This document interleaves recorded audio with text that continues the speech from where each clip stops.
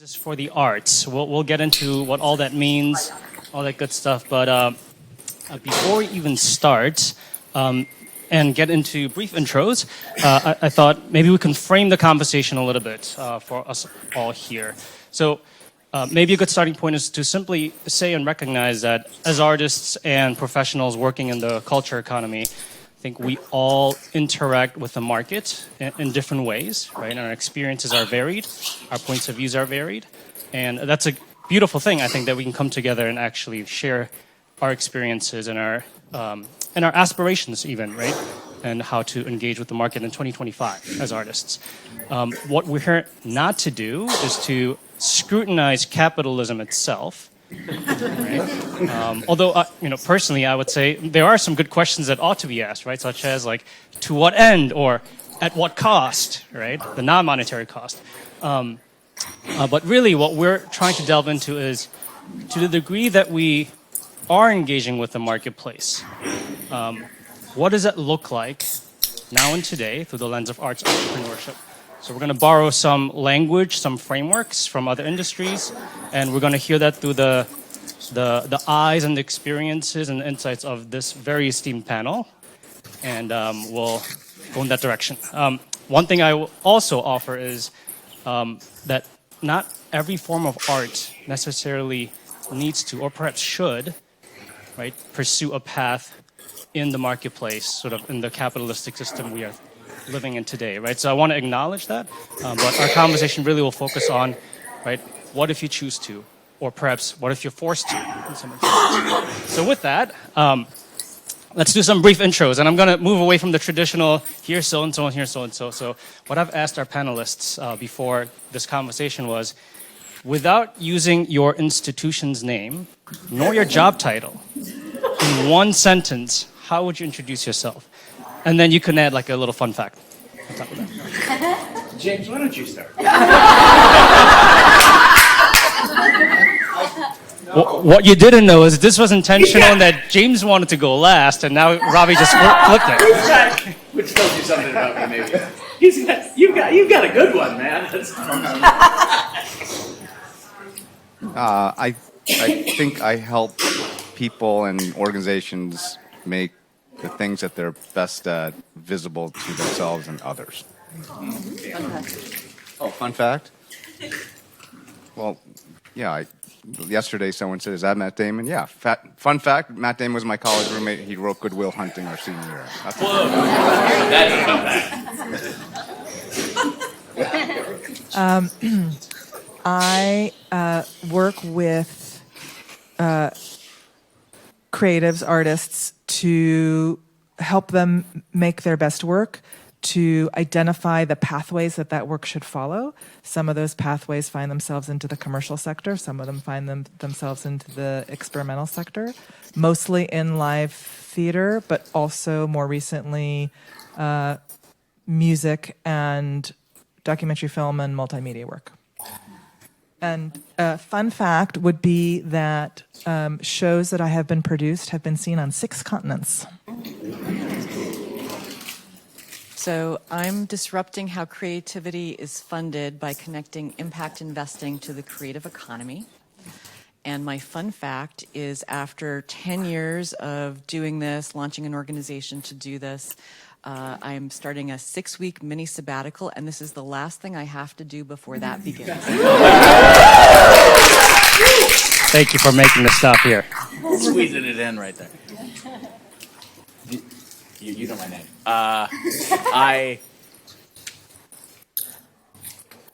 I help work to create the conditions so that artists can transform the world. Fun fact. I grew up in Oklahoma. Thank you, everybody. I'll add on to that. So the way I would introduce myself is I simply bring different kinds of fuels to founders and organizations to help them incubate and scale their endeavors. And my fun fact is I have a cousin who's a Korean pop star. You're not going to tell us who. Yeah, come on. Me.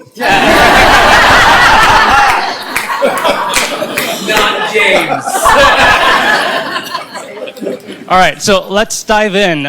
For those where this language, this phrase might be a little unfamiliar, we're going to start there. We're going to define for this room what is an innovation-driven enterprise, and specifically for the arts or in the arts. So maybe as a reference point, I'm going to put up a quick slide, which is sort of my version of this definition.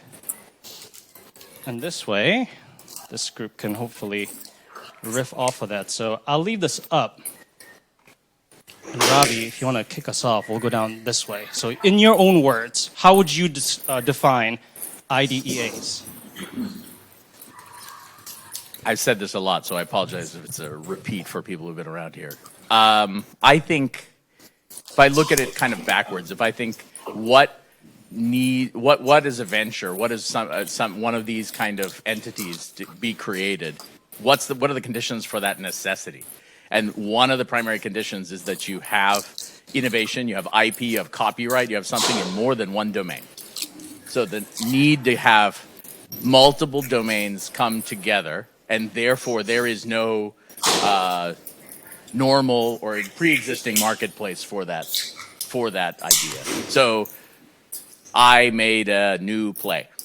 There's a pre-existing market. There's a pre-existing pathway for that, whether it's commercial or non-commercial, whatever. They're pre-existing pathways, right? So me creating a company to do that in terms of produce plays is just creating a company. That's not a new enterprise. I mean, technically it's a new enterprise, but when I say like this new venture, this bigger thing that requires, and that's sort of like genre defining or changing, that has to have multiple pieces of IP together. That has to have multiple pieces of copyright. It's when those things come together, and then we can expand on that later. Yeah. So I warned Sean that I was going to give this answer, and this is not in any way intended to be disrespectful. But when I first looked at this definition, my reaction was, this is a definition created by a committee of people in an academic environment. Right? And I absolutely believe in the importance of defining terms. And my organization, Upstart Co-Lab, we're working at this intersection of impact investing and the creative economy. And I realized early on the first thing I needed to do was be able to explain impact investing to creative leaders and to explain the creative economy to impact investors. So we started there. Because people were asking me, well, you mean investing in art, right? Like buying a Picasso. But how is that an impact investment? I said, no, that's not what we're talking about. So we looked at how states and regions around the U.S. define their local creative economy, and they're doing it as they plan for the future of jobs and for economic growth in their communities. And we realized that each place defines their creative economy a little bit differently because it reflects the culture and heritage of that place. And since we wanted a national definition, we had to sort of take all of the industries and roll them up and put them together. And we used a taxonomy that impact investors understand, because that was our primary audience, to educate them about the potential in the creative economy. So we used the North American Industrial Classification Standards, the NAICS codes, because we wanted a taxonomy that they were familiar with, because we were asking them to stretch and imagine something that they were unfamiliar with. So by focusing on businesses and creative industries and talking about fashion and beauty and film and TV and video games and the creator economy, then you're able to talk about businesses that deliver products or services or provide platforms, and then you capture the imagination of the investor that you're trying to talk to. It's so funny that you bring up the NAICS codes, because I've started several small LLCs for different projects that I'm working on. And I get so frustrated by the categorizations because nothing quite fits what it is I'm doing. Nothing like government, right? So maybe that's a really great segue. So I look at this and I think, okay, how do we break this down? And for me, like, I could take any individual artistic venture and tell you how it meets that definition. And maybe as I'm thinking about examples and I think about projects and how to make them and how to support them, I'm thinking about first, like, who are you making something with? Who are you making it for? And then where does it belong? And then what is the model then to support that venture? And for me, I think many of us have been trained in we have choices between this structure and this structure and this structure or this structure. The commercial theater model, the not-for-profit model, which was discussed about that in the last session. the kind of scarcity-based models. And rather, I say, no, like blank slate, what is the right structure for this venture, this piece of art, this collaboration, this series, whatever the thing is, and then start to imagine who the partners are that are going to help you put it together. What is the content and how is that driving a conversation or impact or innovation in some way? And so, anyway, I could give you 1,000 examples, but that's how I sort of break down that definition. So I'm going to speak less on this panel because I spoke yesterday, and I want to make sure you hear from the other three. I think for those of you who were here yesterday, for me, I'm a student of systems. I've lived through many systems, money and teaching, and but with this definition, I'm not a big definition person for many things. Certain definitions, kindness, math, accountability, but not a big definitional guy. So, which is why most of my work centers around just human agency. It's like I'm backing a person to express themselves in the most broad way that they can, defining themselves correctly, what I call a red helicopter story, and then manifesting that across many different, quote, existing systems, not quite yet existing systems. And that's what I do. You know, that's how I think about things. And so we can talk about later what red helicopter represents, but it's effectively, that's what it's an eponym for. Like, what is your red helicopter story, and then have it manifest across systems. Great, thank you. So the term IDE, at least, not the A part, right, comes from the tech world. That's where it actually started, with the entrepreneurial ecosystem and the venture-backed community. And I want to draw some examples from that, just so we can also maybe push ourselves a little bit of how to think about these maybe in the realm of arts and culture. So go back, I don't know, is it like 30 years? Like Alta Vista, does anybody remember that name? Oh, yeah? Right. You might need a few gray hairs to like know what that is, right? Like everybody knows Yahoo, right? So Yahoo and Alta Vista, they pioneered a whole new industry that is search, right? And then fast forward another, I don't know, 10, 15, Google comes along, right? And they've actually taken search and disrupted the ad industry altogether, right? Or think about things like social media, right? Net new thing that hasn't existed, right? Combining technology, different users, different business models, and rightly or wrongly, it has turned people into products, whether you know it or not, right? In the ad world. Or you talk about like double-sided marketplaces, such as Uber, Airbnb, right? These are innovative endeavors, right, with a different, I would say, business model or technology or processes that can scale like rather quickly. So if we kind of think about that lens and apply it to arts and culture, here's my next question. Why is that hard to do that in this sector? Or perhaps, like, is it? I think it's hard to do in any sector, but I think, yeah, it's, boy, where does one begin to answer this question, right? Because there's a lot of things. I have a lens as an educator. There's a lot of things that we do in education from the point of a kid being in kindergarten all the way through college that is actually counter to what you're talking about. Be it from squashing out what, Ken Robinson squashing out any creative energy you'd have by the time you get to 12th grade to when you go to music school or theater school or dance school, it's like going down that, higher ed. It's like you got to get your dissertation. So we're super focused on that individualistic, high perfection, right? And that's what it's geared to do. So it's that professional school, professional training. So all of that whole set of experiences, how are you going to come out and, if you're using my viewpoint, have two different unique things in two different domains, which you just described, right? You're saying Google explodes, search is awesome. That was fantastic. It's a Boolean, it's a code, right? It's a piece of code. Google succeeds at taking that and advertising and mushing it, right? So there's your two verticals. Boom, right? So you got to have those things.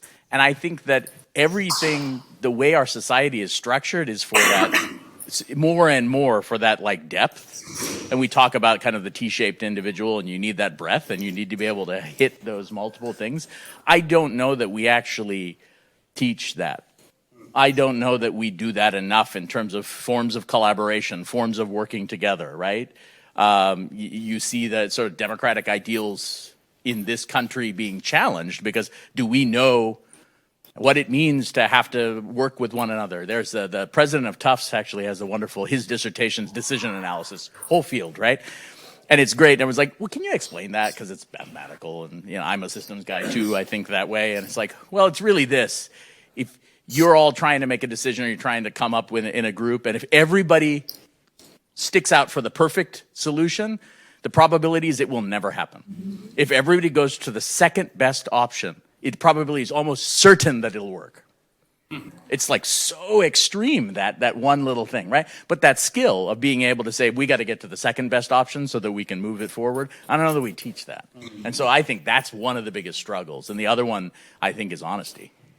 I think we're not honest with ourselves, what our own faults might be, you know, and that's when you get past that, and then only can you be honest with one another, and that always comes into it. It's like I'm going to cover my weakness in an effort not to have to deal with it, and we see that at play in business and all of these things. So I think that just our structures and our systems aren't geared to be able to do those kind of breakout things. This is why my dad actually came to this country, and we talked a little bit, the last session was talking about adversity, right? Like, oh, when good things happen when hard things, because you're challenged in those ways. My dad would always say this when I was a kid. He's like, you know, human beings are like tea bags. We don't know our own strength until we get into hot water. You know, my dad, he's such a dork, right? Like, he's just just full of stuff like that. And he's that guy, taking the risks, and that he was not the rock in the family. That was mom. The reason we had health insurance, the reason that we could eat, the reason we could do any of those things was mom, because dad was trying to get in hot water every time, and he did a lot in his life. But that's why he came to the United States, and that was very interesting. So there's something also, maybe the promise of coming here and being able to do these things and capitalism and all of that stuff. And it's funny that we find ourselves in a place where the education doesn't lead you to that, our own kind of systems aren't leading you to that, and yet we see examples of these things happening and changing the world, right? So artists should be able to do things that transform the world too.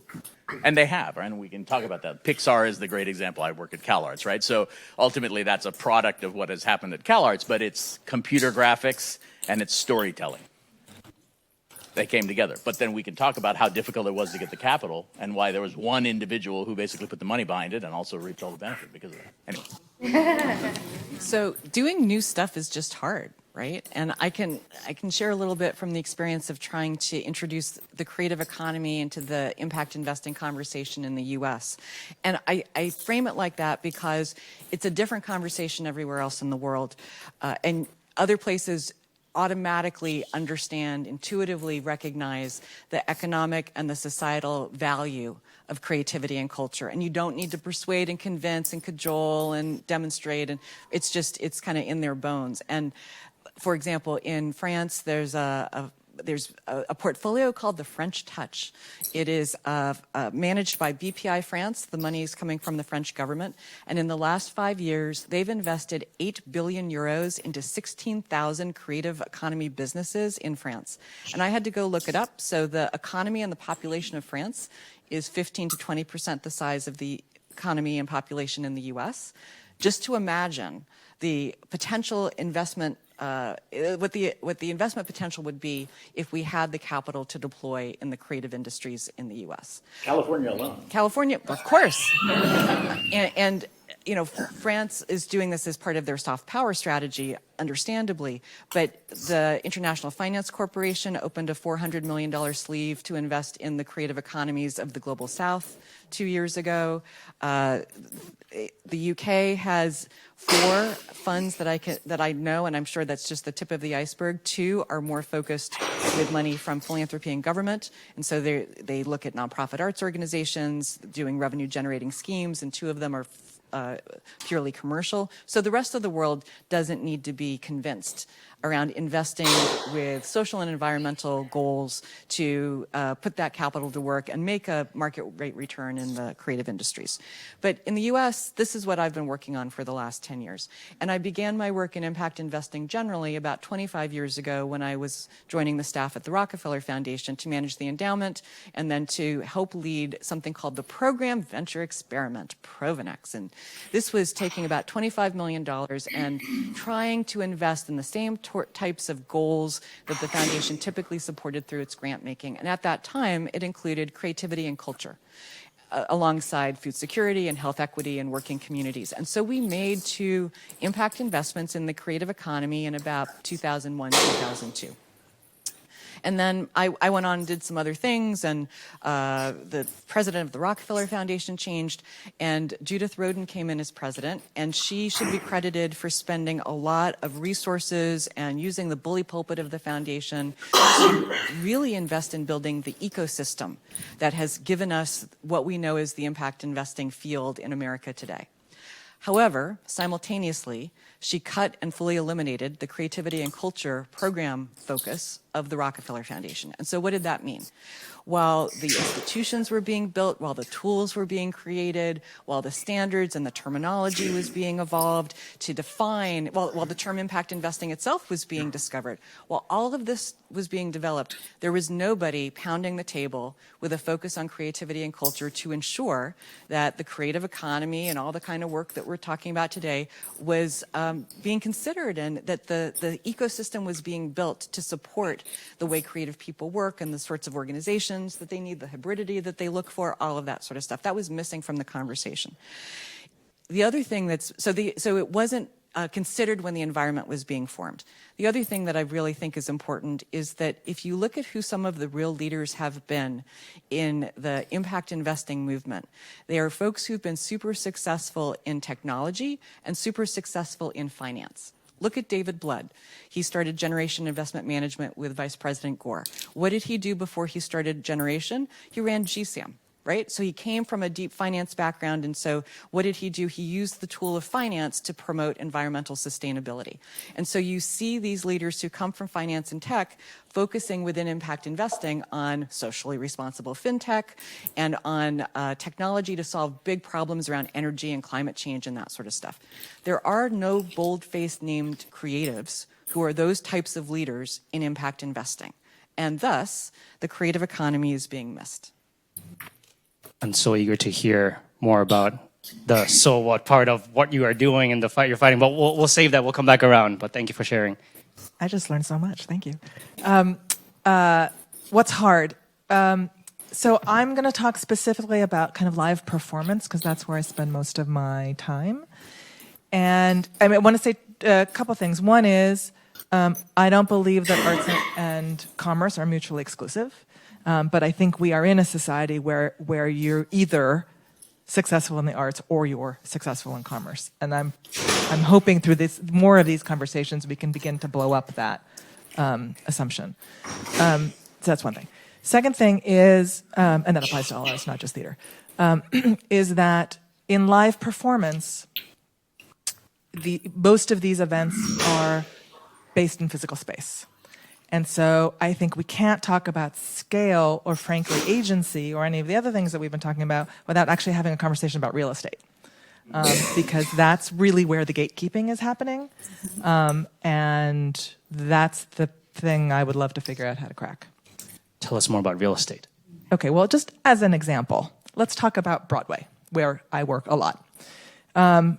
There are basically 3 companies that own all of the commercial theaters on Broadway. So, and as we all know, as is true in everything in life, it's all about relationships. So 3 companies, there's one person at each company who is responsible for making the decision about which show or which producer is going to get that empty house when that house becomes empty, because right now all the theaters are full with shows. And so those of us who have shows in the wings are like little vultures circling, waiting for somebody to fail. Horrible thing to feel, but that is in fact what happens. And then trying to make sure that we're at the top of the list of who they're going to go to next. Well, do you know how many shows are waiting for theaters? I had a meeting with a theater owner a couple weeks ago who told me that he's actively talking to 60 different producers for the next opening in his theater. I'm one of 60. What are my chances of getting this theater for one of my projects? So that's an example of this. It's scarcity, and it's also the demographic and point of view of the people who control all those theaters. They all kind of look the same, and they all have the same background, and the choices that they are making are informed by a set of criteria that might not be the criteria that I think they should be informed by. So that's an example. It's so interesting to hear that, at least in this particular example that you're talking about, like the issues surrounding like success are not necessarily like in the exact domain of the art that you are in, and there's a systemic nature to what's happening. But anyway, we're going to hold that thought too. We'll come back around. James, anything to add? Yeah, I'm just going to take a slightly different tact and sort of add on, agree, and maybe sort of say something rosier. In terms of this audience giving itself more credit for things like arts, creativity, and design having a lot of success all over the place. We just don't use those words. I mean, Sam Altman just bought Joni Ives' business for, I don't know, what, $5-6 billion? Joni Ives brought Steve Jobs' brain to life. I mean, is he an artist, Joni Ives? Sure. Of course he is, right? User, like UX, the words that are been used by the tech industry, user design, user experience, they're just catchier catchphrases for everything this audience is an expert in doing. So when I look around broad industries right now, the most creative, you have to add value, you have to be an expert in design. I don't know if I would sort of cede those words so easily. So if you think about some of the biography things I flashed on my screen, so this is funny. So when my sister came back from summer camp when she was like 5, and we made fun of her, she said something. She said, "Oh, I came back from camp."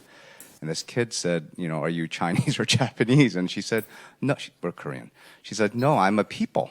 And my brother and I were like, But if you think about how wise she was, which is sort of what the whole tale of that helicopter is, think about it. Like, I'm an Ashoka fellow, but I tell Bill Drayton, like, don't call me a social entrepreneur. I am an entrepreneur.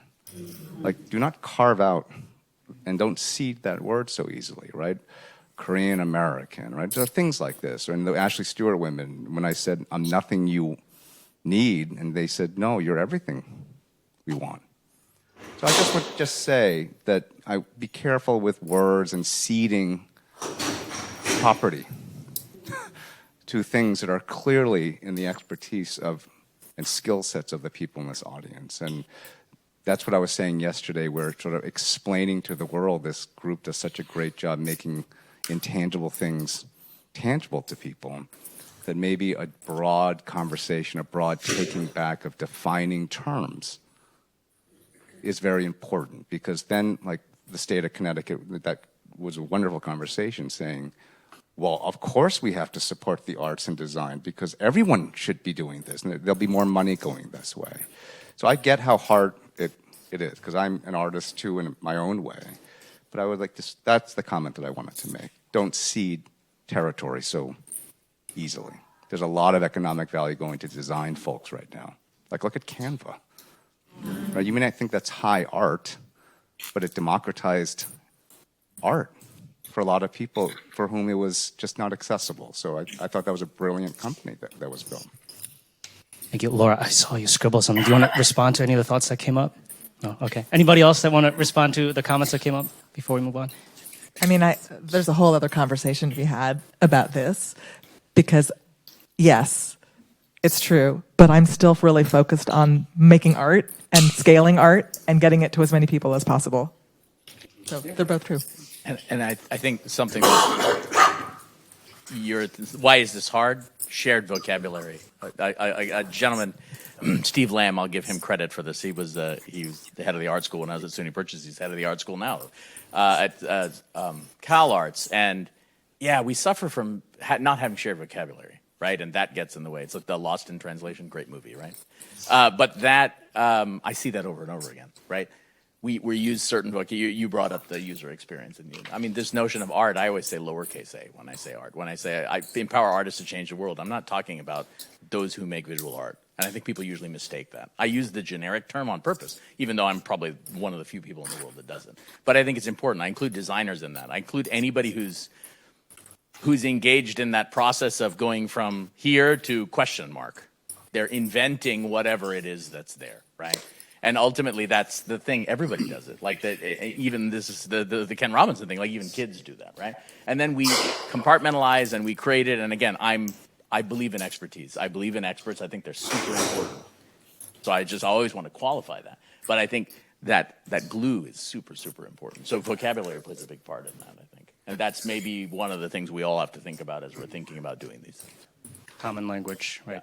Common ways to think about or put words to the things we're doing. Okay, I'm going to pose one more kind of question for this group here, and then the conversation could come about, and then I actually want to go to the audience because, given the esteemed panel we have, I'm sure you actually want to direct some questions this way too. So the question is, from where you sit, which could be actually multiple hats you're wearing or have worn, what is one thing that can be done to move the needle? And I'll let you even define what the needle is, right? Against sort of this backdrop of arts entrepreneurship. So I was thinking about how to say this earlier in the last session too. It's like, how can you give someone an example of we're teaching something in some way, and the principle of what we're doing is sound because we're learning by doing. Particularly in the arts, we do things, and you do it, and you repeat it, and you learn it, and that's progressive education. Also, it's Dewey. We understand this, right? So, but we're not doing the things that we're talking about, like new things. We're not actually teaching that. We're not giving those opportunities. But then it's like, I think about how visual arts curriculum has evolved over time. Before you had to draw human form. Had to draw from, and so you learned human biology in visual arts because you could not be a visual artist if you didn't do human form. By the time I was in running an art school, drawing was required, but it wasn't figure drawing. By the time I left art school, drawing was no longer required. Does that make it lesser then? It doesn't mean you couldn't draw, but it was like they're dealing with the reality of having 4 years for that undergraduate degree, right? And the world just keeps expanding, and it's great, and it's not, there's a canon, there's more than one canon. This is fantastic. It's just got that much more complicated, right? It doesn't invalidate the what you said the canon was before, but you want to include all of that stuff. But you still have that limitation of the 4 years, right? So that it ends up being the sort of teach a man to fish kind of thing, right? So ultimately, I think that we need to find those pathways, and I think creating this kind of ecosystem across, in the last session we were talking about the different things that have to come together. Creating an ecosystem will provide those kind of learning by doing opportunities for students to engage in that. That's essential. So the world doesn't have that ecosystem so apparently. So creating those things are important. And then making that, it's a little bit like long division, right? We can't imagine teaching mathematics anymore to young kids only if you learned how to do long division. You probably have to learn how to use a calculator too at some point, right? You weren't just going to do long division and then just stick with that for the rest of your time. So you had to learn the calculator. Well, when I was a kid, I remember my dad saying the calculator was such a huge thing, right? Because he had a slide rule. So this stuff changes, and so we have to change that education. That's the missing thing. Create the ecosystem and then find ways for young people to participate in it. That's going to be essential. So that's, I think, one thing we can do. Well, it's two things, I guess. There's two parts to it. So I realized that one of the first really great pieces of advice I got 10 years ago at the beginning of my journey with Upstart Co-Lab was about building an ecosystem. And it's only more recently that I realized that that's what it was. I realized that what we were trying to do for the creative economy was really similar to what had just happened in gender lens investing. So within impact investing, in a very short period of time, there was a whole movement to focus on investment opportunities that benefited women and girls. They were led by women and girls. The businesses were creating products and services that supported women and girls. The companies had family-friendly policies and good track records of promoting women and girls, that sort of stuff, right? So I went to the mothers of gender lens investing and I said, how did you do it? Because it seemed like overnight, no one was talking about impact investing through a gender lens, and suddenly it's everywhere. All of the wealth advisors have it as part of their offerings. There are all these products, there are conferences. It's like, what did you all do? Can you give me the recipe? We would like to follow it here at Upstart Co-Lab. And they said it's a 3-part recipe. Make the case, And we've been doing that through original research, pilots, demonstrations, talking, writing op-eds, getting earned media to share the story, right? Make the case, build the coalition, and that's the people who get it and the people who don't get it, and the folks who have more experience and the folks who have ambition but don't really have the experience yet and don't know what to do, but they can learn from those who are a little ahead of them. And we've done that by building coalitions of foundations and families who already understand the potential of art and design and culture and heritage and creativity to deliver social good and financial return. We've done it by educating museum leaders about how to align the $64 billion that sit in the endowments of America's museums and libraries and performing arts schools and gardens and parks and zoos and performing arts centers to align that money with their stated values and mission. So we've built different coalitions, but they're all part of this big movement. And then the reason you're doing the case making and the reason you're building the coalition is for the action that you want to see happen. And for us, it's mobilizing capital. So it's bringing investable opportunities to market and finding different ways to get that capital to move to support these creative activities.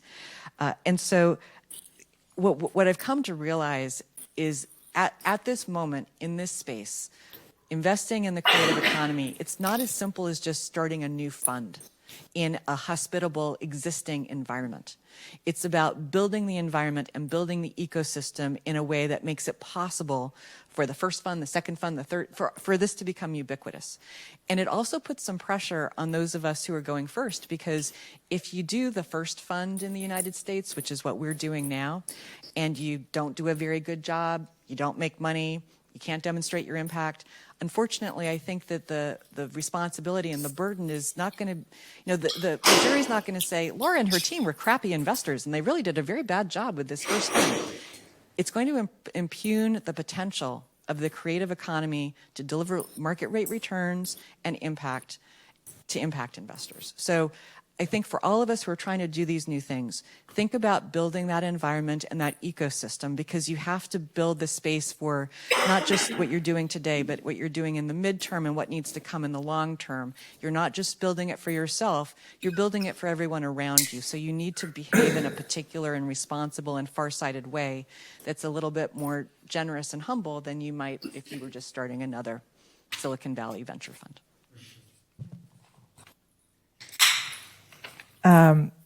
If we're talking about how to move the needle, I think that the thing I would say is that everybody in this room has the power to move the needle, and that we shouldn't be waiting for an invitation, and that moving the needle can look like a lot of different things in a lot of different ways. I have a set of questions that I ask myself, or that I encourage people to ask themselves when they're on the precipice of making a decision or trying to do something. And I think as I'm working on a new project or a new venture, the questions are, A, what is the need? So it's kind of a little bit like making the case. Like, what is actually the thing you're trying to address? Have you considered all of your options? Most of us don't actually consider all of our options. Third one is, are you being honest with yourself? And if you get to the fourth question, for me, it is the choice that you're making, is the thing that you're making, is the action that you're taking, does it reflect your value and your values? And if you follow those four questions, often the path will become clear to you about how it is you should move the needle for whatever it is that you're doing. Mara, when you talk about the ability for each and every one of us to move the needle, that to me speaks agency, which I know came up in a lot of our conversations. If you don't mind, like, you weren't always producing on Broadway. Correct. Can you tell us more about Sure, the role of agency? Yes, I will say, and Liz, many of your comments about not-for-profit institutions are reflected in what I'm about to say. I spent almost 25 years of my career working in large not-for-profit cultural institutions. I did a lot of things in those theaters that I'm very proud of and that I loved. And at the same time, I found that the not-for-profit structure was much more constricting than it was liberating. That this idea of working in a mission-driven organization was actually way more market-driven than anyone was admitting that it was, without the tools of honesty, right? Without the tools of What's for honesty? Yeah, exactly. And so, and I had been trained to think that my goal as a rising leader was just to work my way up through these different institutions. And I was being recruited for leadership positions at different organizations. So I started to meet with all the different boards and see all of the different balance sheets and and what the relationship was to programming and being like, something here not connecting. And my aesthetic interests are really quite broad. And I'm interested in commercial work. I'm interested in experimental work. I'm interested in multimedia work. And there wasn't an institution that did all the things I wanted to do. So finally I thought, well, then I just have to do it myself. And so after more than 2 decades, I gave up a secure paycheck, a solid job, and I basically got a web domain and formed an LLC. I didn't know what I was doing, but I knew I had instinct. And I knew that I had relationships that I had built over these 25 years, and I just stuck my neck out and started going. And sure, I made some mistakes at the beginning, but it's now been 12 years, and, I have lots of things that the outside world views as validation and credibility, and that helps. But I also have built even more relationships and forged some new paths and created some new structures that I'm really proud of. Thank you for sharing. James? We have a similar, I think our lives are very similar, right? Just, I related a lot. yeah, I feel like, I'm trying to say something wise, and this may not be wise at all, but believe it or not, at MIT, when I used to teach an exec ed class on basically just like mind-bending thinking, okay? I make them read Harold and the Purple Crayon. I literally made them read it. I'm like, this kid has ultimate agency, right? There's no fear. And anytime there was a problem, he drew something. But he was always mindful to leave the extra food for the deserving porcupine and moose.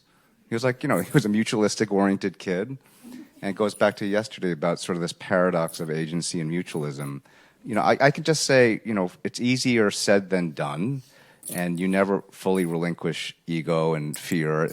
But we all know ego and insecurity. It's like the origins of everything that's the worst in you. We know that. It's hard. It's easy to say, don't be like that, but you try, right? I can tell you, for me, that moment from yesterday when I said that when my dad died, my daughter almost died, and all the women came to support me and my mom, and I live my life very naked these days. It's not for everyone, by the way. But that just feeling of it's the inner critic, the inner, I'm open to anything. And I'm really just not judging myself. I'm just doing things, making mistakes. And I think one of the things in musical terms, or I really hope that you all sort of just remember, some of you have a little bit of aversion to money. I think that's fair, right? So in the book, that's why I try to teach finance theory and accounting through a lemonade stand. I'm like, you can do it. You knew it. You already knew it. So it's just using different words. But just thinking like that remember that money, particularly math, but money is also, it has its own cadence. Like if you can think about money as a piece of music or art, it may help you visualize, money literally flows in this way in this system. You may not like the system, but it may be more helpful for you to use the way that you think to visualize some things that maybe are not as intuitive to you. So draw money. What's the cadence of money? What's the tempo of money? And in my view on the arts, from my early views, right, and I'm working on a bunch of art projects now. I know that when you want to make money, here are the ways to make money. Arts or tech or anything. Don't use your own. Use someone else's money. Take 20% of carried interest. That's how I've made money as a private equity guy, right? Don't use your own money. Always try to get it from someone else. Get the money up front. Always up front. That's called negative working capital, right? And if you think about this money in terms of time, like a cadence of time, the money comes up, right? And then your time is better spent not worrying about the money. What I see in a lot in the arts, the feedback loops are very long. So there's a lot of time invested, a lot. of energy, creativity, because capital, even on this panel, like it's financial capital, social capital doesn't mean financial capital. Like financial capital. So there's a lot of social capital invested, intellectual capital, time capital, but the money capital comes very late often, right? And there's a lot of sunk cost, because time is also sunk cost, so is intellectual capital. So one of the things that on the projects that I'm working on, I want the feedback loops to be faster, iterate faster. And that's what a lot of the technology companies have done so well. It's fail fast, fail fast, fail fast, iterate, iterate, iterate, iterate. So maybe that's one thing that I think that this community can think about, is just iterating faster without sort of undermining the beauty of the art that you're doing. But time that's just science, right? You want the feedback loops to be faster. You want the money to come up front, and you want to eliminate or minimize your sunk costs. So just think about that in like theater terms, or in a picture, whatever it is. That's the rule. That's how you make money. Right? I don't know. Okay. All right. Or anything you want to add to that? Looks like you're nodding and agreeing. All right. Actually, we have just enough time to open this up to the floor. So I'll walk around and we can ask some questions to this panel. So I'll start up here. Hello. Thank you for the brilliant panel, and also just thank you to the organizers of the arts track. I think we've done a much better job than the others of encouraging systemic thinking. And despite the fact that it's kind of more focused here, I've been across climate and I've been across tech. These issues are widely applicable to the issues that we are facing sort of more broadly. And I want to make a sort of narrow case and ask you guys how you would approach it. So very specifically, when you mentioned you're at Broadway, you have, on the one side, you're responsible for 60 actors, musicians, the people that build your props. But you're also accountable to those 3 individuals. And I think that kind of concretizes basically anybody that's trying to bring an idea into the world. They're either those actors or they're in your position. Very rarely are they one of the 3 kind of dragons guarding the temple. So considering that positioning, the question is essentially, when considering the cadence of money and things of this nature, how should we approach attempting to bring an idea to the world, considering the fact that when innovation is looked for, most often they go to the 3. They don't necessarily go to you, and they definitely don't go to the actors. But we are mostly those actors, and maybe some of us are you, but we're simply not the bottleneck. And it's usually the bottleneck figures that are looked to in terms of where do we go next.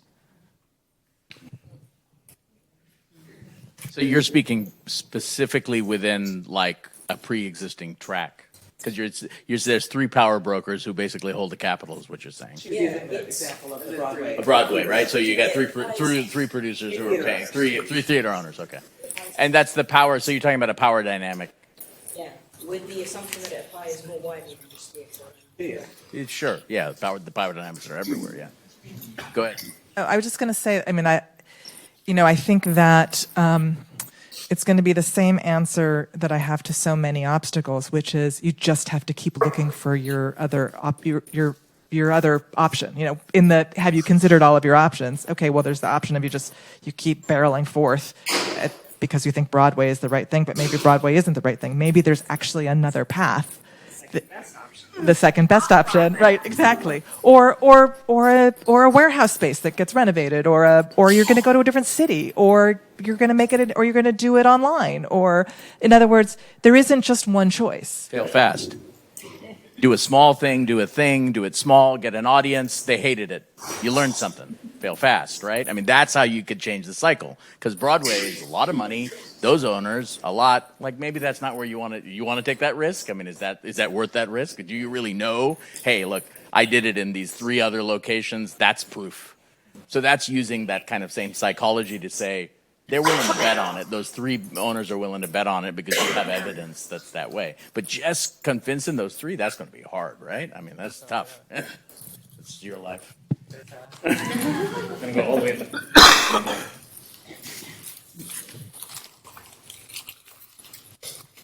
Thank you. Great panel. Appreciate the insights.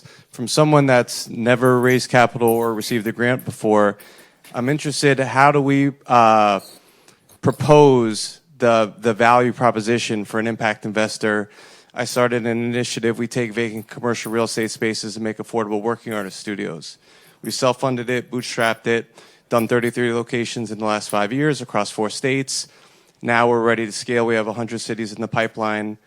How can I, aside from an impact investor that's involved in real estate, we're not charging the highest and best use by keeping it affordable for artists, but we're changing communities, changing real estate, changing people's perception of space, changing lives in the process, not taking commission. How can I show that value proposition to a potential investor that I'm not going to give them a 100x return unless we become the WeWork of art spaces? So obviously you're going to cultivate all the people who love being neighbors to artists, right? And all the reasons why they want to live next door to your buildings. But that's going to be a limited pool. One of the most beneficial things that we have been able to do, which I think could work for you, is to demonstrate to people who have no particular interest in art and creativity how you can help them achieve their other goals. And so if you look at the research of Dr. Mark Stern from UPenn, if you look at the community development journal that I edited for the San Francisco Federal Reserve Bank that was published in December of 2014, you can see a lot of existing research that demonstrates how having nonprofit arts organizations and for-profit creative businesses anchoring communities will make the communities vibrant, will improve quality of life, will make them more economically successful, will improve community engagement, and all of these other things, which everybody wants. The politicians want it, the business owners want it, the neighbors who don't like the arts want it, like everybody wants it. So to the extent that, like in any partnership, you can demonstrate to your partner how you can help them achieve their goals, you will be able to strike a deal. And we talked a second ago, and I can send you some information. When we did this when I was in Westchester, we did it in White Plains and we did it in Yonkers, right? Yonkers was funded by a HUD block grant. Yonkers failed, right? We did it in White Plains, and they did it again, and they did it again, because they were looking at metrics like footfalls. They were looking at metrics like vacancy rate going down. So the business improvement district that basically funded that had goals. And so we're like, oh, we're going to experiment and see if this works. And then it worked. And then there were other goals, because it was stories of residents of the areas that actually fueled the displays that happened. So those residents felt seen, right? They actually talked about gentrification. They talked about the kind of businesses they wanted to see downtown. So then entrepreneurs were like, oh yeah, we could do those businesses. And then go to downtown White Plains now. It's super different than, it was just all boarded up when we did that one. So it's interesting. We did it twice, and then when it had the government subsidy and the government thing, it failed, because the block grant didn't ask for any of that information. And so there were no stakeholders. There was no there, right? And the people didn't care. It didn't, in the end, we were trying to engage with the people there, and they didn't really care. It wasn't the thing that they wanted or needed. So that's why it kind of failed, right? So that's metrics. It's very math. Go back to math, right? Yeah.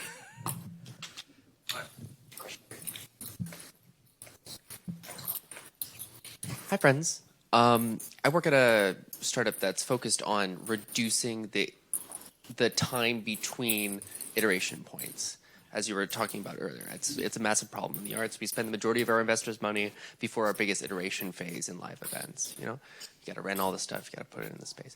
I'm curious, in your different domains, I wonder if you could speak to some examples of ways to reduce the time between these points where we can be getting audience feedback or feedback within the creative teams, just sort of spinning up that flywheel so we can get to the best version of the MVP that we can then scale, instead of scaling and seeing whether or not the idea fully works.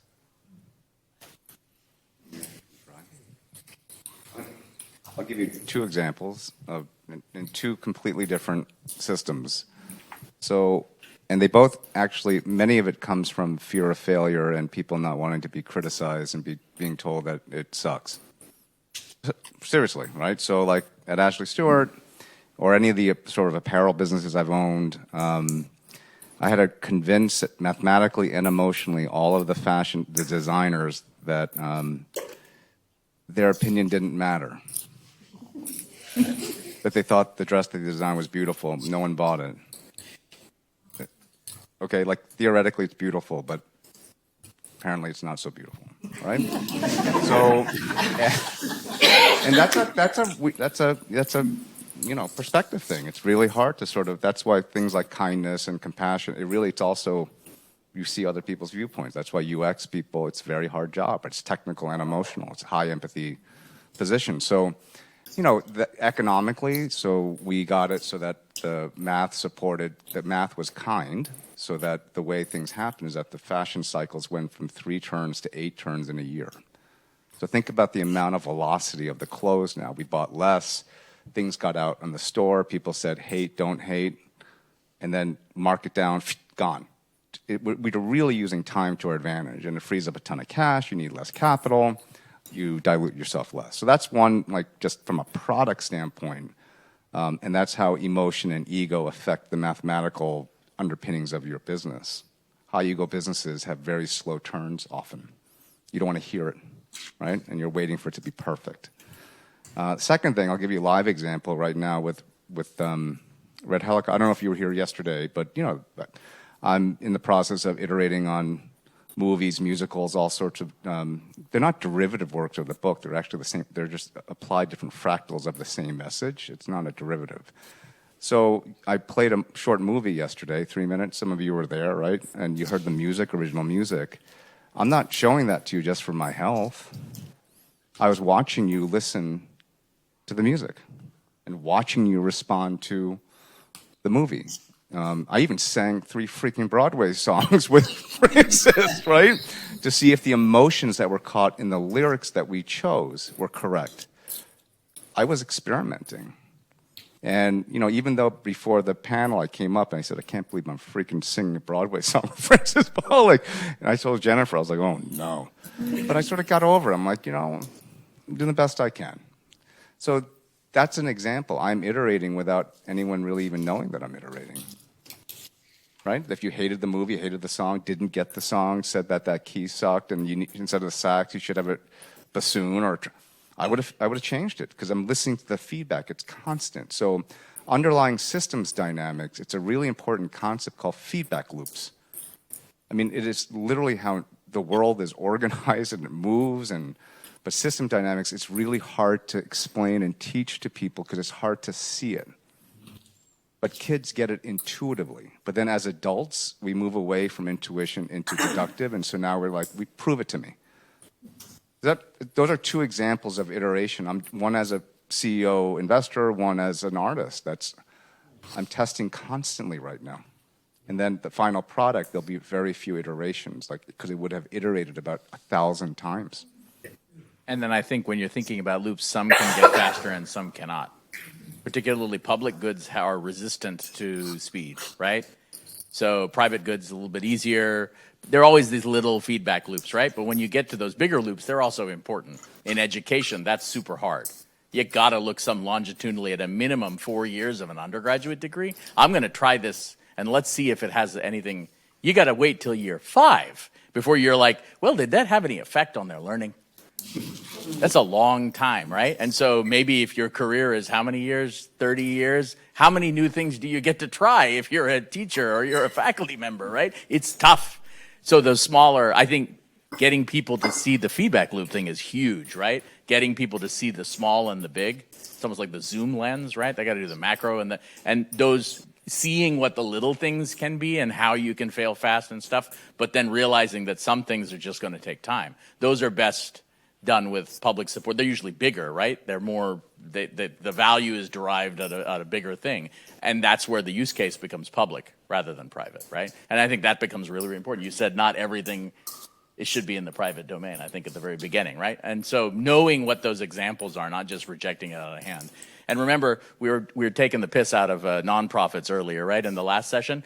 What's the point of the nonprofit code? Public good. It's NGO. Everybody else calls it an NGO. I like this. Like, what do other people? They call it orange economy when it's essentially creative economy. I don't like creative economy. Pick something else, orange, right? But it's government work. It's just government work the government's not doing because United States. That's why we invented this thing. It's like the government can't do anything. States' rights, this. So we're saying, well, the government can't. Government's not going to work for you. Private industry can do that, but it's not so private. We're going to let you do this other thing. That's its intent.